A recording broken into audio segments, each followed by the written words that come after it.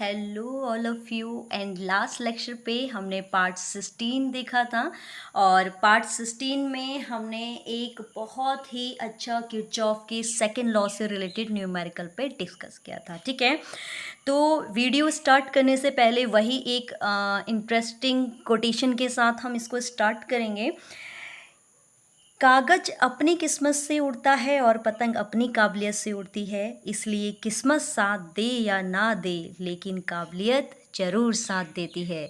तो कहने का मतलब ये है कि हमें कभी भी किस्मत के भरोसे नहीं बैठना चाहिए। अगर हम हार्ड वर्क करें तो हम अपनी किस्मत को भी बदल सकते हैं।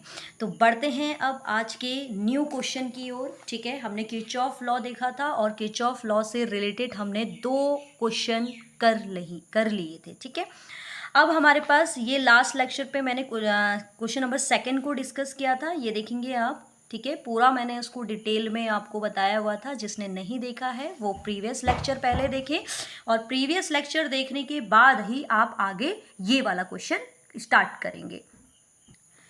आज हम क्वेश्चन 3 देखेंगे। देखो क्वेश्चन नंबर 3 क्या है। दर्शाए गए सरल परिपथ में बिंदु ए और सी के बीच में आपको क्या फाइंड करना है, विभवांतर फाइंड करना है ए और सी के बीच में। इट मीन्स डायगोनल ऑफ ए सी, यही हो रहा है। ये आपके पास एक पर्टिकुलर मैंने फिगर बनाया है। अगर मैं यहाँ पर देखूँ, जो आपके पास साइड बी सी है, बाय साइड बी सी में आपकी बैटरी 3 वोल्ट की कनेक्टेड है, देन 1 ओम का आपका रेजिस्टेंस है। फिर ये बैटरी, अब यहाँ पर अगर हम देखें, हमें करंट पोटेंशियल निकालने के लिए हमें करंट की नीड होगी, बट यहाँ पर तो हमारे पास करंट है ही नहीं। तो हम क्या करेंगे, करंट के लिए आप पहले क्या करते हैं, बैटरी से कुछ करंट को फ्लो करवाते हैं। तो मैंने क्या किया, यहाँ से हमने क्या करते हैं, ये जो बैटरी है 3 वोल्ट की जो बैटरी है, यहाँ से हम करंट को फ्लो करवाते हैं। सपोज यहाँ से जो करंट पास हो रहा है वो है I1। क्लियर है। अब I1 ये गए गए गए आपके पास, ठीक है, ये यहाँ तक I1 गया। ठीक, फर्स्ट बैटरी मैंने कर दी।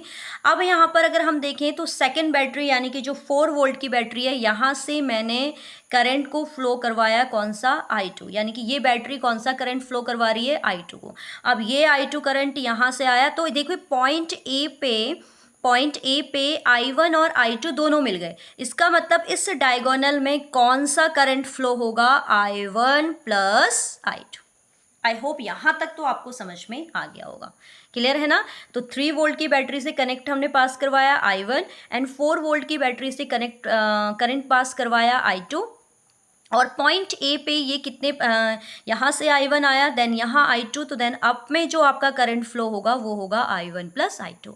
अब आपको दिख रहा होगा, देखो ये इसको हम फर्स्ट क्लोज लूप ले लेते हैं, इसको हम सेकेंड क्लोज लूप ले लेते हैं। ठीक है, तो पहले हम फर्स्ट क्लोज लूप को सॉल्व करेंगे। तो फर्स्ट क्लोज लूप हम कहाँ से स्टार्ट करते हैं, ए से ही स्टार्ट करते हैं, ए सी बी ए। ठीक है, तो हम कौन सा क्लोज लूप ले रहे हैं, बंद पास। ठीक है, जिसे हम क्लोज्ड लूप बोलते हैं।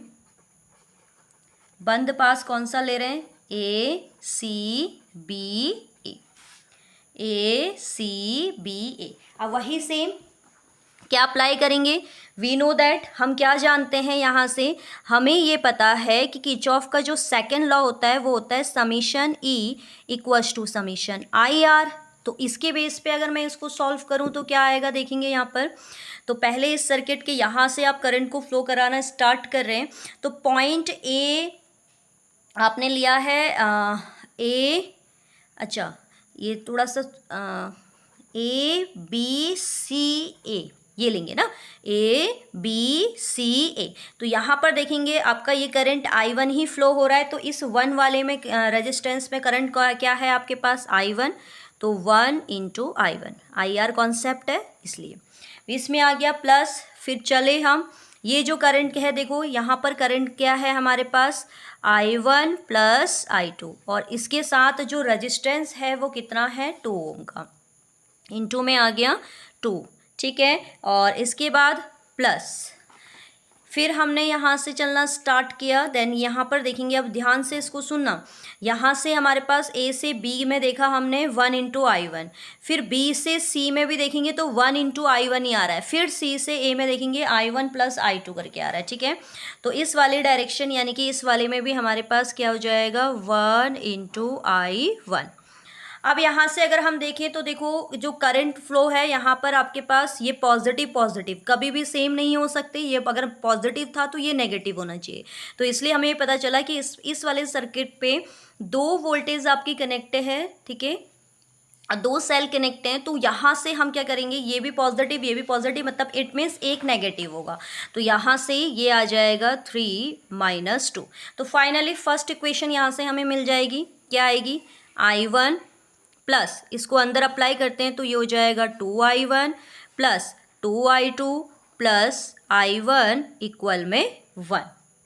तो आप देखिए I1 2I1 और I1 ये टोटल हो गए 4I1 प्लस 2I2 इक्वल में 1।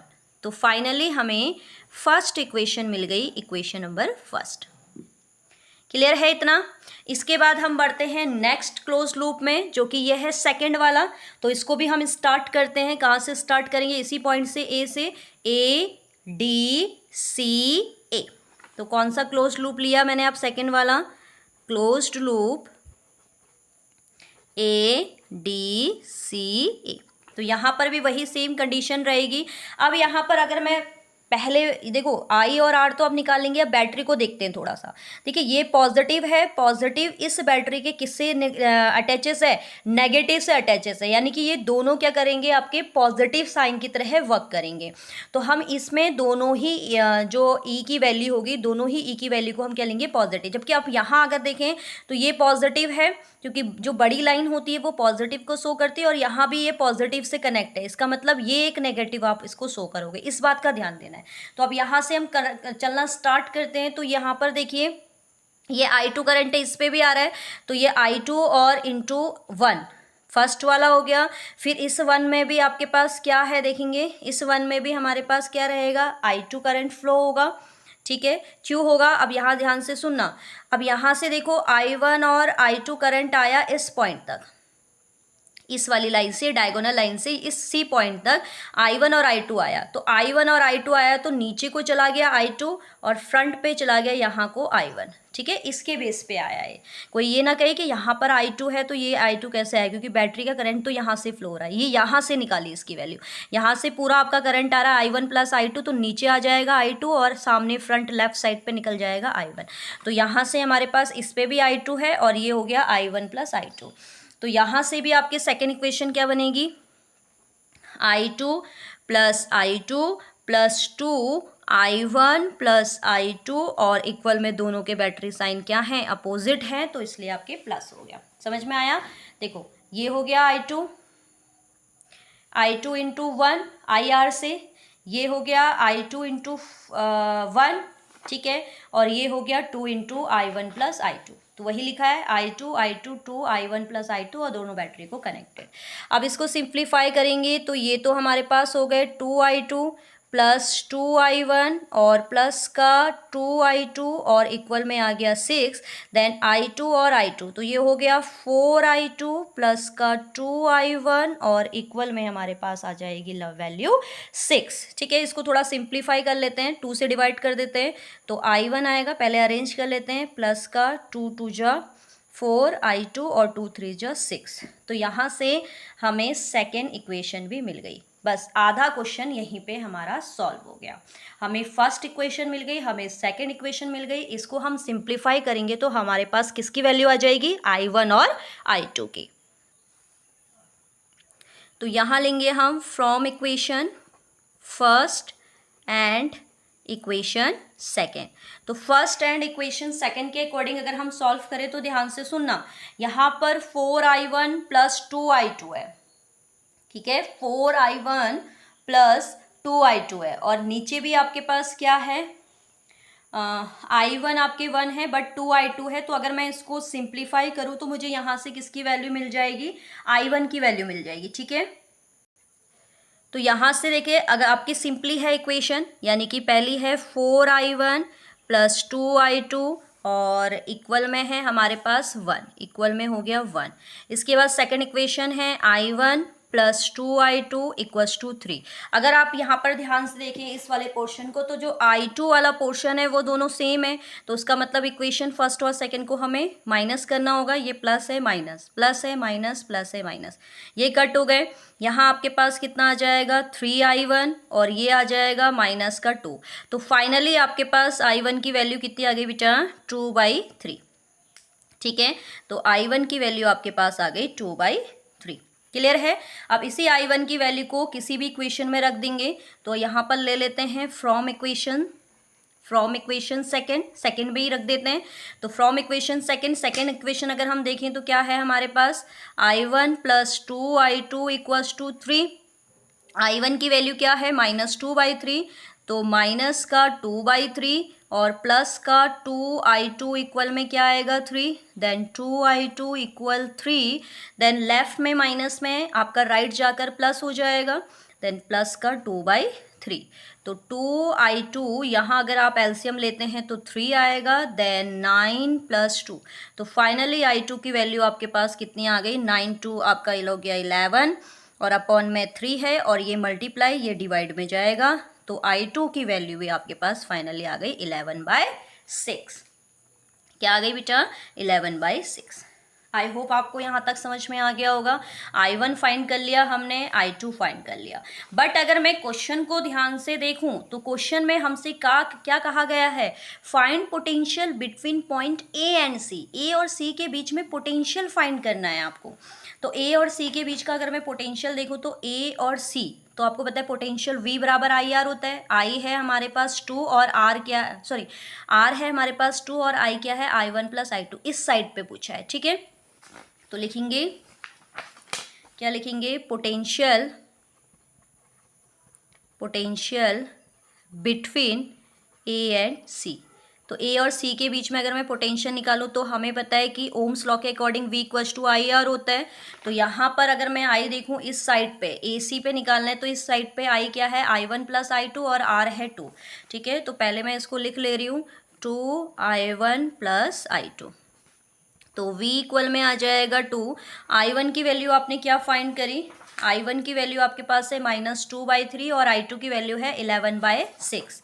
तो ये आ जाएगा माइनस का 2/3 प्लस का 11/6। तो V इक्वल टू सिंप्लीफाई इसको करेंगे, देन एलसीएम आएगा आपके पास 6, 3 2 जा 6 यानी कि माइनस का 4 प्लस का 11, देन V इक्वल्स टू ये आएगा 2 और ये आएगा सिंप्लीफाई करके 7/6। इससे ये कैंसिल आउट हुआ 3। देन फाइनली A और C के बीच में जो पोटेंशियल आएगा वो कितना आएगा 7/3 और साथ में वोल्ट।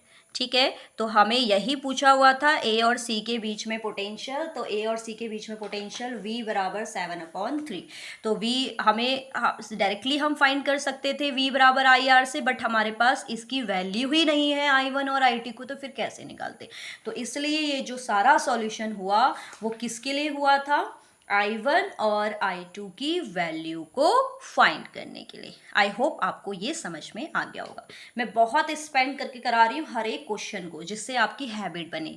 इसमें हम एक क्वेश्चन और करेंगे, उसके बाद ये चैप्टर हमारा क्या हो जाएगा, फिनिश हो जाएगा। ठीक है, फिर हम ईयर क्वेश्चन को देखेंगे। ठीक, तो यहाँ पर अब अगर आगे हम देखें तो आगे हमारे पास नेक्स्ट क्वेश्चन जो दे रखा है, नेक्स्ट क्वेश्चन के अकॉर्डिंग हमें दिया है फाइंड करंट वैल्यू। इस सर्किट में आपको करंट की वैल्यू को फाइंड करना है। तो इस क्वेश्चन पे भी हम वही सेम पोर्शन से के अकॉर्डिंग सॉल्व करेंगे। पहले हमें यहाँ पर देखो करंट दिया नहीं है, तो पहले हम क्या करेंगे, देखो ये पॉजिटिव साइन है, तो बैटरी के करंट से इस वाली बैटरी से मैंने करंट फ्लो कराया I1। अब ये I1 गया इस पॉइंट तक पहुँचा I1। ठीक है, अब ये पॉजिटिव है, यहाँ से तो आपका करंट फ्लो नहीं होगा, पॉजिटिव है यानी कि पॉजिटिव से इस बैटरी से 1 वोल्ट की बैटरी से करंट फ्लो हुआ I2। अब ये भी ऐसे करके जाएगा, इस पॉइंट पर पहुँचे दोनों I1 और I2। इसका मतलब जो नीचे को करंट फ्लो होगा वो क्या होगा I1 प्लस I2। तो बस अब पूरा सर्किट हमारा सॉल्व हो गया। इसको मान लेते हैं हम क्लोज लूप फर्स्ट, इसको मान लेते हैं क्लोज लूप सेकंड। ठीक है, तो पहले फर्स्ट को हम सॉल्व करेंगे, फिर सेकंड को करेंगे। दो वैल्यूज को दोनों को सॉल्व करके हमारे पास I1 और I2 की वैल्यू मिल जाएगी। ठीक है, तो फाइनली अब इसको देखते हैं, सर्किट लेते हैं। यहाँ से करंट फ्लो हो रहा है तो यहीं से स्टार्ट करेंगे, A B E F। तो मैंने कौन सा क्लोज लूप ले लिया? ठीक है, ये 4th नंबर के क्वेश्चन का आंसर है। तो ये ले लेते हैं क्लोज्ड लूप। कौन सा ले रहे हैं? A B E F, A B E F। तो A B E F में देखें तो A यानी कि ये रेजिस्टेंस क्या है? 4 × I1, क्योंकि किरचॉफ का सेकेंड लॉ लगेगा। तो यहाँ पर रेजिस्टेंस हो गया 4 और करंट हो गया I1। प्लस प्लस क्यों लिया? देखो ये सेम डायरेक्शन चल रही है नीचे तक। ठीक है, तो इस वाले में देखेंगे तो I1 + I2 है और रेजिस्टेंस 5 है, तो ये हो जाएगा 5I1 + I2। ठीक है, और इक्वल में पूरे सर्किट पे बैटरी क्या है? 3 वोल्ट की कनेक्टेड है फर्स्ट लूप में, तो ये हो गया 3। तो इसको सिंप्लीफाई करेंगे, 4I1 + 5I1 + 5I2 = 2 में 3। ये हो जाएगा 9I1 प्लस का 5I2 इक्वल में 3। तो फाइनली हमारे पास फर्स्ट इक्वेशन निकल कर आ गई, 9I1 + 5I2 इक्वल में 3। ओके, अब हम देखते हैं सेकंड क्लोज लूप पे जाते हैं। तो ये आपका देखो बैटरी की साइन ये है पॉजिटिव, तो पॉजिटिव साइन से लेते हैं, यानी कि यहाँ से स्टार्ट करते हैं CBED। ठीक है, तो यहाँ पर ले लेंगे क्लोज्ड लूप CBED, CBE और D। तो यहाँ से जब मैं इस क्लोज लूप को लूँगी तो यहाँ पर देखेंगे ये है I2 और R है 2, तो ये हो जाएगा 2I2। ठीक है, फिर हम नीचे बढ़े, नीचे आने पर देखो सेम डायरेक्शन पे ही करंट फ्लो हो रहा है, तो यहाँ पर है 5 और I1 + I2, तो ये हो जाएगा प्लस का 5I1 + I2 और इक्वल यहाँ आपकी कितने वोल्ट की बैटरी कनेक्टेड है? 1। बस अब यहाँ से हमें सिर्फ क्या करना है? इसको सिंप्लीफाई करना है। ये हो जाएगा 2I2, ये हो जाएगा 5I1 और ये हो जाएगा 5I2 इक्वल में कितना आ गया आपके पास? 1। देन ये हो गया हमारे पास 5I1 प्लस का 7I2 और इक्वल में 1। तो फाइनली हमारे पास इक्वेशन क्या आ गई? सेकेंड भी आ गई। क्लियर है? तो इक्वेशन फर्स्ट और इक्वेशन सेकंड को हमने क्या कर दिया? यहाँ पर सॉल्व कर दिया। अब बढ़ते हैं इन दोनों को सिंप्लीफाई की तरफ। अब यहाँ पर अगर हम देखें तो 9I1 है और यहाँ 5I1 है, और अगर हम यहाँ पर इनको सॉल्व करने की कोशिश करें तो यहाँ 5I2 है और ये आपके पास 7I2 है। तो ऐसा करते हैं, दोनों में से एक को क्या कर देते हैं, सब दोनों में सेम करते हैं और एलिमिनेशन मेथड के थ्रू उसको सॉल्व करते हैं। तो हम क्या करते हैं, जो इक्वेशन फर्स्ट है इसमें हम मल्टीप्लाई कर देते हैं 5 की और इसमें मल्टीप्लाई कर देते हैं 9 की, क्योंकि ये दोनों हमारे पास क्या हो जाएंगे? इक्वल हो जाएंगे। तो जब हमने 5 से मल्टीप्लाई करी इस इक्वेशन की तो ये कितना आ जाएगा हमारे पास? 9 5 जा 45, 45I1 प्लस 5 5 जा 25, 25I2 इक्वल 5 3 जा 15। ठीक है, और इसमें किसकी करनी है? 9 की। तो 9 5 जा कितना हो गया? 45I1 प्लस 9 7 जा 63, 63I2 और इक्वल में 9 1 जा 9। तो फाइनली हमारे पास दोनों इक्वेशन आ गए। अब दोनों इक्वेशन के साइन सेम है तो ये negative negative negative, equation first और सेकंड को हमने क्या कर दिया? माइनस कर दिया। माइनस करने से ये वाला कैंसिल आउट हुआ। देन 25 और 63 को अगर हम देखें तो 25 और 63 को माइनस करने पर कितनी वैल्यूज आएगी? 13 - 5 हो गया आपके पास 8 and then 5 2 and then 3, but minus का I2 और इक्वल में यहाँ आपके पास कितने बचेंगे? 6 5 एंड देन 1 6। तो देन फाइनली I2 की जो वैल्यू आएगी आपके पास, वो I2 की वैल्यू कितनी आएगी हमारे पास? तो ये आ जाएगा हमारे पास माइनस का 6/38, क्योंकि माइनस इधर है। तो देन I2 की फाइनली वैल्यू आ गई 2 3 ज़ा 6 एंड 2 1 ज़ा 2 2 9 ज़ा 18। तो I2 की वैल्यू इसके अकॉर्डिंग कितनी आ गई आपके पास, माइनस का 3/19। ऐसे ही I2 की वैल्यू को हम किसी भी इक्वेशन में रखेंगे तो फ्रॉम इक्वेशन फर्स्ट में ही रख देते हैं। फर्स्ट इक्वेशन पहले क्या थी, 9I1 प्लस का 5I2 इक्वल में 3। देन 9I1 प्लस 5I2 की वैल्यू हो गई -3/19 इक्वल में 3। देन 9I1 माइनस का 15/19 इक्वल में 3। देन 9I1 इक्वल में 3 प्लस 15/19। देन 9I1 इक्वल में कितना आ जाएगा, अगर हम एलसीएम लेके सॉल्व करें तो ये तो हो गया 19, और 19 3 जा 57 प्लस का 15। ठीक हो गया। इससे आगे सॉल्व करते हैं, यहाँ पर कर दे रही हूँ, ठीक है। मैं ये आपके पास क्या है, 9I1 57 प्लस 15 ओवर में 19 आया है, ठीक है। तो इससे आगे देखते हैं, यहाँ पर देख लेते हैं, थोड़ा स्पेस है। तो ये हो जाएगा 9I1 इक्वल में क्या है, 7 और 5 हो गया हमारे पास 12, 2 कैरी 1, 5 6 और 1 7, ओवर में क्या चल रहा है हमारे पास 19। देन I1 इक्वल में क्या आएगा, देखो 9 से ये कितने टाइम्स कट हो जाएगा, 8 टाइम्स कट हो जाएगा। तो हमारे पास फाइनली I1 की वैल्यू कितनी आ गई, 8/19। तो इस क्वेश्चन में हमें यही पूछा था, I1 और I2 की वैल्यू। अब अगर क्या होता है ना, कभी कभी क्या होता है कि हमें रेजिस्टेंस में पूछ लेता है, जैसे कहेगा 4 ओम के रेजिस्टेंस में कितना करंट फ्लो हो रहा है। तो 4 ओम के रेजिस्टेंस में कितना करंट फ्लो हो रहा है, I1। तो आप कहोगे I1 कितना है, 8/19 है। ऐसे जब आप B और E वाले डायगोनल में देखोगे 5 ओम में कौन सा करंट फ्लो हो रहा है, I1 प्लस I2, तो दोनों को ऐड कर दोगे। और इस 2 ओम में कौन सा करंट फ्लो हो रहा है, I2, तो I2 की वैल्यू लिख देंगे। तो आई होप आपको ये वाला क्वेश्चन का आंसर भी समझ में आ गया होगा। तो मुझे नहीं लगता कि अगर आप लोग ये चारों के चार क्वेश्चन को अच्छे से अगर सॉल्व करते हैं तो कोई क्वेश्चन आपसे अटकेगा, ठीक है। तो इनफ है एक्सप्लेन करने के लिए 4 टाइप के क्वेश्चंस, ठीक है। तो अब नेक्स्ट लेक्चर पे हम इस चैप्टर के ईयर क्वेश्चन देखेंगे, जो कि 10 ईयर्स में आए हुए आपके बोर्ड एग्जाम के क्वेश्चंस हैं, ठीक है। फिर हमारा स्टार्ट हो जाएगा चैप्टर 4, ओके। तो अगर आपको ये वीडियोस अच्छी लग रही हैं तो आपसे रिक्वेस्ट है कि आप इनको ज़्यादा से ज़्यादा शेयर करिए, और पैटर्न यही रहेगा। यहाँ पर आपको प्रॉपर नोट्स प्रोवाइड कराए जाते हैं कि कितना आपको लिख के आना है नंबर के अकॉर्डिंग, ओके। तो मिलते हैं नेक्स्ट लेक्चर पे पार्ट 18 के साथ, तब तक के लिए बाय बाय।